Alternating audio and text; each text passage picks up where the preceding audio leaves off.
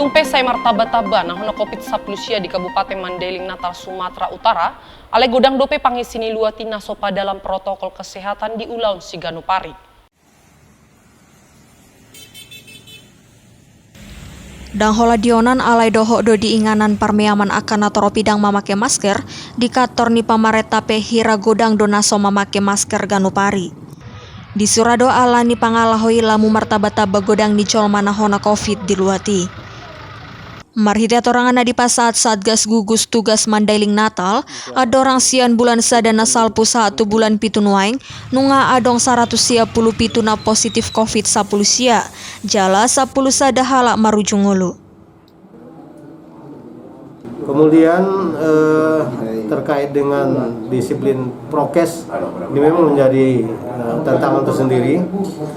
Masih banyak warga kita yang beraktivitas di luaran sana, di jalanan, di pasar, yang belum memakai masker, ya. Tempat-tempat cuci tangan sudah kita siapkan, tetapi kita juga melihat tidak difungsikan sebagaimana mestinya. Tumpe nungasai digogohon pamareta pasat buah-buah ACC tong-tong padalan protokol kesehatan, alai hira godang dope halak naso porsea di Haroroni sahiti. Sian Mandailing Natal, Toba TV Mabari tahun.